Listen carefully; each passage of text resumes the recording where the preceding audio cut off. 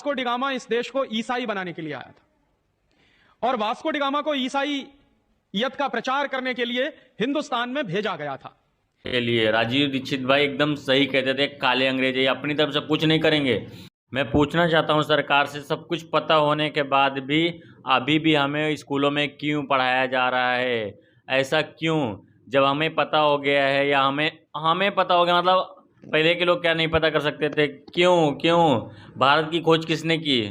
सब कुछ उल्टा अभी बता रहे हो यार। अब तो स्कूल की शिक्षा बदल दो, वही सूत्र पढ़ा रहे हैं स्कूल में गणित में कि ऐसा इस सूत्र से ऐसा वैसा, जिसका कोई मतलब ही नहीं निकला।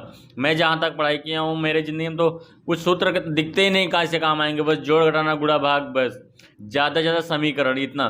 बाकी ये इसका यार ये वो समझ में नहीं आते, काम कहाँ आएंगे मुझे यही नहीं समझ में आते। पर फिर भी हमारे देश में वही पढ़ाया जा रहा है। अरे जो नहीं काम में था उसको हटा दो, निकाल दो उसको, लेकिन नहीं, पहले तो हमको देश के बच्चों को एकदम दिमाग से पैदल कर देना है।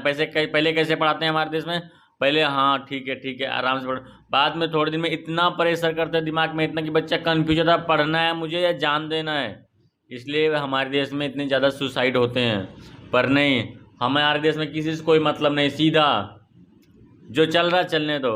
अरे भाई देश में आज़ाद हो गए, एक आंदोलन खड़ा करना ही पड़ेगा ये काले अंग्रेजों के लिए। राजीव दीक्षित भाई एकदम सही कहते थे, काले अंग्रेज ये अपनी तरफ से कुछ नहीं करेंगे कि भैया इनको पोस्ट में इतना बढ़ा दो, ये पोस्ट ये पा जाएंगे तो ऐसा कर सकते हैं। लेकिन नहीं, इनको सिर्फ और सिर्फ अपना घर चाहिए, अपना घर भरा रहे, अपना घर सब कुछ रहे। मतलब आदमी की एक मुख्यमंत्री की सैलरी कितनी? 1 लाख रुपये 1.5 लाख रुपये होती है, लेकिन हमारे देश में 5 साल में समझ लो कितना हो जाएगा, और इनके पास करोड़ों अरबों रुपये हो जाएंगे। अरबों की तो सिर्फ और सिर्फ इनकी प्रॉपर्टी हो जाती है। कहाँ से आती है? मतलब सैलरी तो इनकी उतनी ही रहती है, तो कहाँ से आती है? मतलब हमारे देश में ना सिर्फ और सिर्फ लूट का सिस्टम बना है, सिर्फ और सिर्फ लूट का। ये हटाना ही पड़ेगा, एक आंदोलन सबको मिलकर खड़ा करना ही पड़ेगा। ये अंग्रेजी सिस्टम सब ख़त्म करना पड़ेगा, जिससे हम भारतीयों को दिक्कत होती है, वो सब कानून ख़त्म करना ही पड़ेगा। नहीं तो हम लोग एक दिन और भी अगर आज नहीं खड़े हुए तो हमारे बच्चे आगे इससे भी ज़्यादा परेशानी उठाएंगे, ये मैं लिख के दे सकता हूँ। तो आज ही खड़ा होना पड़ेगा। जय हिंद, वंदे मातरम। और वो कौन सी ऐसी बात है जिससे यह पता चलता है? सन 1492 का एक दस्तावेज मेरे पास है, एक डॉक्यूमेंट मेरे पास है सन 1492 का। और वो जो सन 1492 का दस्तावेज है वो पुर्तगाल का एक डॉक्यूमेंट है, पोर्चुगीज भाषा में लिखा हुआ है। वो 1492 का जो दस्तावेज है वो कहता क्या है? 1492 के दस्तावेज में 2 बातें हैं जो समझने की हैं। पहली बात यह है कि उस जमाने में जो ईसाईयत का धर्मगुरु होता था, जो पोप होता था, उसने एक आदेश जारी किया सारी दुनिया में। और वो आदेश क्या जारी किया? 1492 में ईसाईयत के धर्मगुरु पोप द्वारा जो आदेश जारी किया वो पोर्चुगीज भाषा में लिखा हुआ है। उस आदेश में उसने ये कहा कि 1492 के बाद सारी दुनिया को 2 हिस्सों में बांट दिया जाए। दुनिया का एक हिस्सा होगा पूर्वी हिस्सा और दुनिया का दूसरा हिस्सा होगा पश्चिमी हिस्सा। तो दुनिया के पूर्वी हिस्से को ईसाई बनाने का काम और दुनिया के पूर्वी हिस्से को लूटने का काम पुर्तगाली लोग करेंगे, और दुनिया के पश्चिमी हिस्से को ईसाई बनाने का काम और लूटने का काम स्पेन के लोग करेंगे।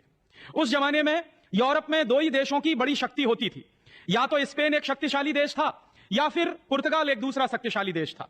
तो पोप ने यह जो आदेश जारी किया, उस आदेश के बाद पुर्तगाली लोग दुनिया के पूर्वी हिस्से को ईसाई बनाने के लिए और लूटने के लिए निकले, और उन्हीं लोगों ने वास्को डी गामा के माध्यम से हिंदुस्तान में ईसाईयत का प्रचार और हिंदुस्तान को लूटने का काम शुरू किया। तो उस आदेश के बाद, पोप के आदेश के बाद, वास्को डी गामा भारत में आया हमको लूटने के लिए और ईसाई बनाने के लिए, और कोलंबस अमेरिका गया अमेरिका को ईसाई बनाने के लिए और लूटने के लिए। अमेरिका की जो मूल प्रजा थी, उस मूल प्रजा का नाम था रेड इंडियन। उस मूल प्रजा को मार पीट कर ईसाई बनाने का काम कोलंबस ने शुरू किया, और स्पेन के लोगों ने धीरे धीरे करके अमेरिका के काफी रेड इंडियन को ईसाई बना दिया, और जो बच गए रेड इंडियन उनको उन्होंने गुलाम बना लिया। ऐसा ही काम वास्को डी गामा ने हमारे देश में शुरू करवाया। तो मैं जो कहता हूं वो ये कि 500 साल पहले एक गुलामी की शुरुआत इस देश में हुई, और वो गुलामी की नींव डाली वास्को डी गामा ने पूर्वी भारत में, माने पूर्वी दुनिया के हिस्से में, भारत जिसका एक अंग है, और पश्चिमी हिस्से में कोलंबस ने। और वो गुलामी चलती रही। पुर्तगालियों ने इस देश में गोवा नाम के राज्य पर करीब 450 साल तक शासन किया। गोवा जो हमारे देश का हिस्सा है, वो गोवा पुर्तगालियों के कब्जे में रहा। और जहां हम लोग बैठे हैं, दमन और द्वीप, ये भी पुर्तगालियों के कब्जे में रहा। 1510 से लेकर 1961 तक लगभग 451 साल ये पूरा का पूरा इलाका पुर्तगालियों का गुलाम रहा। बाकी का हिंदुस्तान 1947 में आजाद हो गया था, लेकिन गोवा 1961 में आजाद हो पाया पुर्तगालियों की गुलामी से। दमन और द्वीप की भी यही हालत हुई। तो हमारे ऊपर एक गुलामी लदी वास्को डी गामा के आने से, और वो गुलामी लगभग 450 साल चली। और वो जो 450 साल की गुलामी थी, उसमें देश का हर तरफ से पतन हुआ। पुर्तगालियों ने हमारी आर्थिक संपत्ति को लूटा। उसके बाद इस देश में फ्रांसीसी घुस गए, उन्होंने इस देश को लूटा। फिर उसके बाद इस देश में डच लोग घुस गए, उन्होंने इस देश को लूटा। उसके बाद इस देश में अमेरिकन और अमेरिकनों की मदद से ब्रिटिशर्स घुसे, उन्होंने हमारे देश को लूटने की कोशिश की। और इस तरह से लगभग 1498 से लूट की एक नई शुरुआत इस देश में शुरू हो गई। 1498 के पहले भी यह देश लूटा और मुगल आक्रमणकारियों के द्वारा लूटा गया।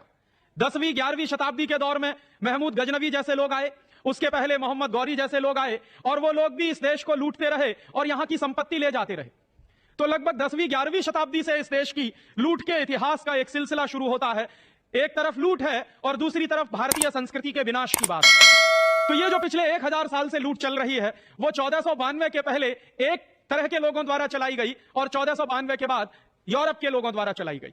1492 के पहले जो नॉन क्रिश्चियन जनता थी, जो मुस्लिम लोग थे, उन्होंने हमको लूटा और बर्बाद किया। और 1492 के बाद ये क्रिश्चियन लोग घुस गए, उन्होंने हमको लूटा और बर्बाद किया।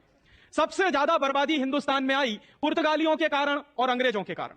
और अंग्रेजों ने जो इस देश को लूटने की एक व्यवस्था शुरू की, दुर्भाग्य से वो व्यवस्था आजादी के 50 साल के बाद भी चल रही है।